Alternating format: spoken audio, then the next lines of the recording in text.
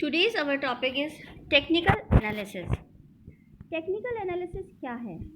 जब हम कोई भी प्रोजेक्ट स्टार्ट करते हैं, हम अपना किसी भी प्रपोज़ल को स्टार्ट करते हैं, कोई भी हम अपना वर्क स्टार्ट करते हैं और उस वर्क में अगर हम टेक्निक्स का इस्तेमाल करते हैं और उन टेक्निक्स को जब हम एनालाइज करते हैं, हम ये देखते हैं कि ये टेक्निक्स हमारे लिए सही है या नहीं है, उसी को हम कहते हैं technical analysis.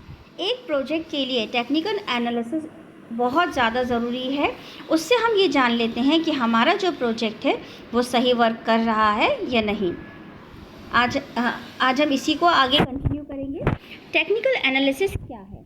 It is a continuous exercise. ये कंटिन्यूस एक्सरसाइज है, यानी ड्यूरिंग द प्रोजेक्ट शुरू करने से पहले, प्रोजेक्ट शुरू करने के बाद, प्रोजेक्ट चलते समय, यानी कंटिन्यूस एक्सरसाइज चलती रहती है। यानी हमें लगातार ये देखना पड़ता है कि हमारी टेक्निक्स को एनालाइज करना पड़ता है कि वो हमारे प्रोजेक्ट के लिए सही है या नहीं।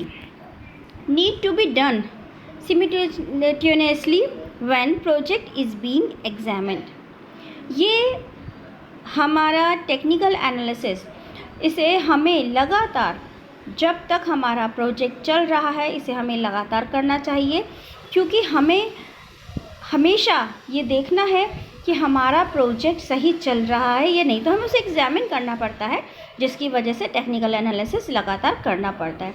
इसके दो ब्रॉड पर्पस हैं, ये देखने के लिए कि प्रोजेक्ट टेक्निकली फिजिबल है या नहीं, यानी हमारे जितने भी इनपुट्स हैं वो सारे के सारे, जो भी रिक्वायर्ड इनपुट्स हैं वो सब हमें अवेलेबल हैं या नहीं, इसे देखने के लिए भी टेक्निकल एनालिसिस करना होता है।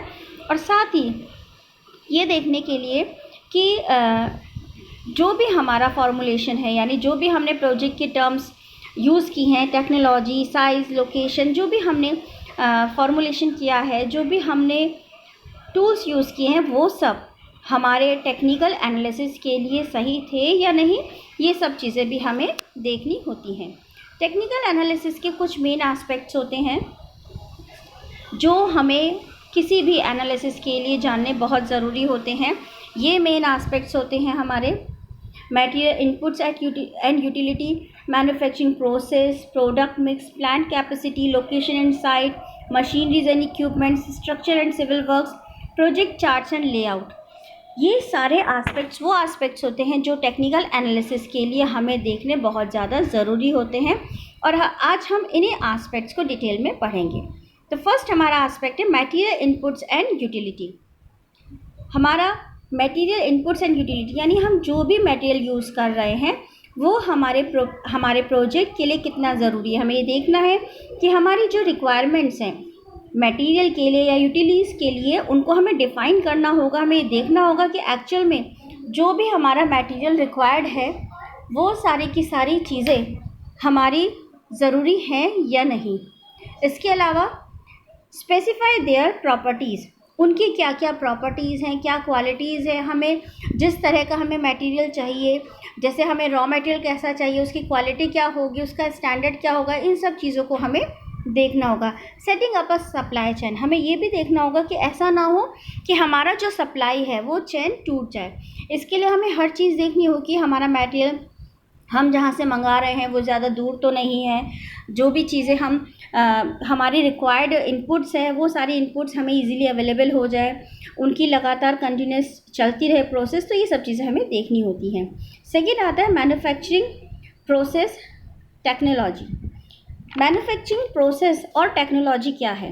देखिए, हमें ये देखना होगा कि हमारी जो टेक्नोलॉजी है, जो हमारी मैन्युफैक्चरिंग प्रोसेस है, उसके हिसाब से होनी चाहिए। यानी हमें ये देखना है कि हमारी प्लांट कैपेसिटी क्या है, हमारा मटेरियल इनपुट्स क्या है, प्रोडक्शन कॉस्ट क्या है, प्रोडक्शन मिक्स क्या है, टेक्नोलॉजी ऑब्सोलेसेंस क्या है, ईज़ ऑफ एडॉप्शन क्या है। यानी हमें ये सब चीज़ देखनी है कि हमारा प्लांट एक्चुअल में कितनी कैपेसिटी को बेयर कर सकता है, कितने इनपुट्स हमारे आने चाहिए, कैसे आने चाहिए, हमारी प्रोडक्शन की कॉस्ट क्या होनी चाहिए, प्रोडक्शन मिक्स में हम क्या क्या चीज़ें इंक्लूड कर रहे हैं, हमारी टेक्नोलॉजी कौन सी हम इस्तेमाल कर रहे हैं, और कौन सी टेक्नोलॉजी ऐसी है जो हम आसानी से अडॉप्ट कर सकते हैं। यानी कई बार ऐसा होता है कि हमारे प्रोसेस के लिए जो टेक्नोलॉजी चाहिए वो टेक्नोलॉजी है तो, लेकिन हम उसे ईजिली अडॉप्ट नहीं कर सकते, हमारे वर्कर्स उतने ट्रेंड नहीं है, या हम कोई भी कंडीशन ऐसी हो सकती है जिसकी वजह से हमें लगे कि ये प्रोसेस हमारे प्रोजेक्ट के लिए तो अच्छी है, लेकिन ये ईजी गोइंग नहीं है, यानी हम उस चीज़ को प्रॉपर वे में नहीं कर सकते। साथ ही हमें ये भी देखना होता है कि टेक्नोलॉजी को भी इवैल्यूएट करना होता है कि जिस टेक्नोलॉजी को हम इस्तेमाल कर रहे हैं उस टेक्नोलॉजी को इस्तेमाल करने से हमारे प्रोजेक्ट में अच्छा असर हो रहा है या गलत असर हो रहा है, या हम ये भी कह सकते हैं कि उस टेक्नोलॉजी को यूज़ करके हमारे प्रोजेक्ट को हमें इवैल्यूएट करना चाहिए। Third is product mix. अब प्रोडक्ट मिक्स में क्या है? प्रोडक्ट मिक्स में हम बात करते हैं product mix decision, market requirements, flexibility in production, quality of production, यानी ये सारी चीज़ें हमारी प्रोडक्ट मिक्स में इंक्लूड होती हैं। ये सब चीज़ें कंसर्न की जाती है प्रोडक्ट मिक्स में। हमें ये देखना होता है कि हमारे लिए क्या रिक्वायरमेंट है। हम फीडबैक लेते हैं, हम रिसर्च करते हैं, उसके बाद हमें पता चलता है कि हमें कौन सा प्रोडक्ट बनाना है। कई बार हम एक मेन प्रोडक्ट को बनाने के साथ हम उसमें कुछ छोटे छोटे प्रोडक्ट को भी मिक्स करते हैं। उससे क्या होता है? उससे हमारे मेन प्रोडक्ट की सेल इंक्रीज़ हो जाती है, वो भी हमें देखना होता है। कई बार मार्केट रिक्वायरमेंट्स को हमें देखना होता है कि एक्चुअल में हमारा मार्केट क्या रिक्वायर्ड है, हमारे मार्केट में क्या रिक्वायरमेंट है। जैसे अगर हम प्रेजेंट सिनेरियो को अगर देखें तो आजकल मार्केट की रिक्वायरमेंट क्या है? Sanitiser, hand wash, face mask, ये सब रिक्वायरमेंट है। तो कोविड-19 के अगर एनवायरनमेंट में हम देखें तो हमारी मार्केट की रिक्वायरमेंट हमारी हेल्थ बेनिफिट से जुड़ी हुई चीज़ें हैं, तो वो सब चीज़ें हमारी प्रोडक्ट मिक्स में हम इंक्लूड कर सकते हैं। इसके अलावा फ्लेक्सिबिलिटी इन प्रोडक्शन, हमें प्रोडक्शन की फ्लेक्सिबिलिटी को भी देखना है कि कभी हमें प्रोडक्शन ज़्यादा भी करना पड़ सकता है और कभी कम भी करना पड़ सकता है, तो ये भी हमें देखना है। और हमारी क्वालिटी ऑफ प्रोडक्ट ये भी ख़राब नहीं होनी चाहिए, यानी हम जो प्रोडक्ट बना रहे हैं उसकी क्वालिटी से हमें कॉम्प्रोमाइज़ नहीं कर सकते। Fourth is plant capacity. Plant capacity क्या है? Feasible normal production capacity, nominal maximum production capacity, यानी हमें ये देखना है कि हमारे प्लांट की एक्चुअल में कैपेसिटी क्या है।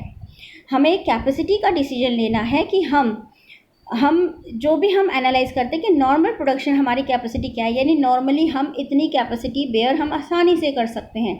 और फिर हमें ये देखना है कि जब कभी ऐसी कोई इमरजेंसी आए या हमारी कोई अलग कंडीशन है तो हम कितनी नंबर ऑफ़ यूनिट्स को इंक्रीज़ कर सकते हैं, यानी हम कितने अपने प्रोडक्शन कैपेसिटी को बढ़ा सकते हैं। ये सब चीज़ें भी हमें इवैल्यूएट कर लेनी चाहिए। Next is 5, location and site. Location and site क्या है? Site selection, critical assessment of demand, size of plant, input requirements, ये सब चीज़ें भी हमें देखनी होती हैं कि हमारी लोकेशन कैसी है। साइट सिलेक्शन हमें देखना होता है, हमें ये देखना होता है कि हमारी जो साइट है ऐसा भी ना हो कि मार्केट से कि हमारी सिटी से इतना दूर हो कि हमें ट्रांसपोर्टेशन का ही हम खर्चा करते रह जाएं, या हमारे जो सप्लायर्स हैं वो हमसे एक्स्ट्रा चार्ज करें क्योंकि हम उन्हें बहुत दूर लेकर जाना पड़ रहा है। हमें ये भी देखना है कि हमारी जो डिमांड है उसका क्रिटिकल असेसमेंट भी करना है कि हमारी जो डिमांड है वो किस तरह की है। ऐसा तो नहीं कि हमारी लोकेशन की वजह से उसके आसपास की डिमांड इतनी ज़्यादा नहीं है। साइज़ ऑफ प्लांट क्या है, हम कितनी यूनिट को यूज़ कर रहे हैं, ये सब भी हमें देखना है। इनपुट रिक्वायरमेंट्स, हमारी इनपुट रिक्वायरमेंट्स, अगर हमारा साइज़ हमारी लोकेशन का साइज़ ऑफ प्लांट बहुत लार्ज है तो हमें ये देखना है कि हमारा इनपुट भी ज़्यादा होगा तो हमारी इनपुट रिक्वायरमेंट हम कंप्लीट कर पा रहे हैं या नहीं। तो ये सारी चीज़ें हमें देखनी होती हैं। ये सब हमारे ज़रूरी एस्पेक्ट्स हैं। अब 6 आता है machinery and equipments. Machinery and equipments ये भी हमारे लिए बहुत ज़रूरी एस्पेक्ट है। Selection of machinery and equipments, spare parts and tools, control and internal transportation system. जब हम बात करते हैं मशीनरी एंड इक्विपमेंट्स की, हमें ये देखना होता है कि हमारे प्लांट के लिए, हमारे प्रोजेक्ट के लिए कैसी मशीनरी की ज़रूरत है, क्या इक्विपमेंट की ज़रूरत है। ज़रूरी नहीं है कि वो मशीनरीज ही हो सकता है सॉफ्टवेयर टूल्स हो, किसी भी तरह का स्पेयर पार्ट्स एंड टूल्स भी हो सकता है। Control and internal transportation system, हमें ये देखना है कि ये जो इक्विपमेंट्स है, ये जो मशीनरीज़ हैं, ये हमारे इंटरनल ट्रांसपोर्टेशन सिस्टम हमारा कैसा है, उसे हम कंट्रोल कर पा रहे हैं या नहीं। यानी मशीनरी तो हम ले आए लेकिन उसे चलाने के लिए हमारे पास प्रॉपर टूल्स है या नहीं, हमारे जितने भी इक्विपमेंट्स हैं उन इक्विपमेंट्स को हम प्रॉपरली यूज़ कर पा रहे हैं या नहीं। ये सब भी टेक्निकल एनालिसिस में ही इस्तेमाल हम करते हैं। Next is 7, structure and civil works. अब स्ट्रक्चर एंड सिविल वर्क्स क्या है? Concern with preparation and development of site, grading and levelling of land, connection for utilities, demolition of existing structure. हमारा structure कैसा होना चाहिए? हमें पहले ये देखना है कि हमारा जो प्रोजेक्ट का साइट है वो कितना प्रिपेयर है, कितना डेवलपमेंट उसका है। यानी हमें ये देखना है कि हमारे जितने भी हम जो भी वर्क कर रहे हैं, हमारा जो प्रोजेक्ट है वो प्रोजेक्ट सिविल वर्क्स के लिए यानी हमारे सोशल वर्क के लिए कितना जुड़ा हुआ है। Grading and levelling of land, हमें ये देखना है कि हमारा जो लैंड है उसकी ग्रेडिंग क्या है। यानी ऐसा तो नहीं कि उस लैंड से सोशल चारों तरफ सिविल वर्क्स में जो हम कह रहे हैं कि कहीं कोई दिक्कत तो नहीं आ रही है, चारों तरफ रहने वालों को कोई प्रॉब्लम तो नहीं हो रही है। हमें ये भी देखना है कि हमारे जो यूटिलिटीज़ है उससे वो कनेक्ट हो भी रही है या नहीं, यानी हमारा जो प्रोजेक्ट है वो प्रोजेक्ट यूटिलिटी प्रोवाइड कर भी रहा है या नहीं। और हमें ये भी देखना है जो एग्जिस्टिंग स्ट्रक्चर है उसमें हम क्या डिमोलेशन कर सकते हैं, क्या उसमें बदलाव कर सकते हैं। ये सब चीज़ें हमें एनालाइज करना होता है। And last not the least, next आता है प्रोजेक्ट चार्ट एंड लेआउट्स। ये बहुत इंपॉर्टेंट है। ये किस तरह से हेल्प करता है? Define the scope of the project, provide basis for detailed project engineering, help in estimating investment and production cost. ये हमारे जो भी प्रोजेक्ट है उसको पूरी तरह से डिफ़ाइन करता है, यानी प्रोजेक्ट चार्ट हमें बताते हैं कि हमें कैसे करना है। आपने देखा होगा जब कोई बड़े बड़े प्रोजेक्ट्स बनते हैं, यानी अगर हमें कंस्ट्रक्शन साइट की बात करें तो वहाँ पर पूरे के पूरे प्रोजेक्ट चार्ट्स एंड लेआउट्स बनते हैं जो बताते हैं कि हमें कैसे कैसे क्या करना है। यहाँ ये पिलर जाएगा, यहाँ पर ऐसे होगा, यहाँ पर ऐसे होगा, ये सारी चीज़ें उसमें बताई जाती है। तो ये सब क्या है? ये सब हमारे प्रोजेक्ट चार्ट है जो बहुत इंपॉर्टेंट पार्ट है किसी भी प्रोजेक्ट का। ये हमें क्या करते हैं? ये हमें प्रोवाइड करते हैं basis for detailed project engineering. पूरे प्रोजेक्ट इंजीनियरिंग की हर एक छोटी से छोटी माइनर और मेजर डिटेल को ये बताते हैं।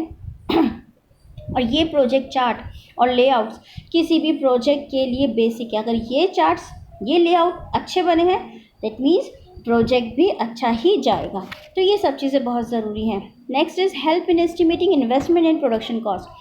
जब हमें पता होगा कि हमें कैसे बनाना है, क्या बनाना है, कितना उसमें मटेरियल यूज़ होगा, कितना इनपुट है, कितना उसमें टाइम लगेगा, हर चीज़ हम जब एस्टिमेट करते हैं तो क्या होता है उससे हमें पता चलता है हमें प्रोडक्शन कॉस्ट क्या होती है। और प्रोडक्शन कॉस्ट को जब हम इवैल्यूएट कर लेते हैं तो हम उस प्रोडक्शन कॉस्ट के हिसाब से जब काम करते हैं तो वो हमारे प्रोजेक्ट के सक्सेस में बहुत अहम रोल निभाता है। तो ये जो हमारे 8 एस्पेक्ट थे, ये 8 एस्पेक्ट हमारे टेक्निकल एनालिसिस को एनालाइज करने यानी टेक्निकल एनालाइज के लिए मेन पॉइंट्स हैं, मेन फैक्टर्स हैं। और यही फैक्टर्स हैं जो टेक्निकल एनालिसिस की सक्सेस और उसकी जो भी उसमें कमियां हैं उन सबको इवैल्यूएट करने का वर्क करते हैं।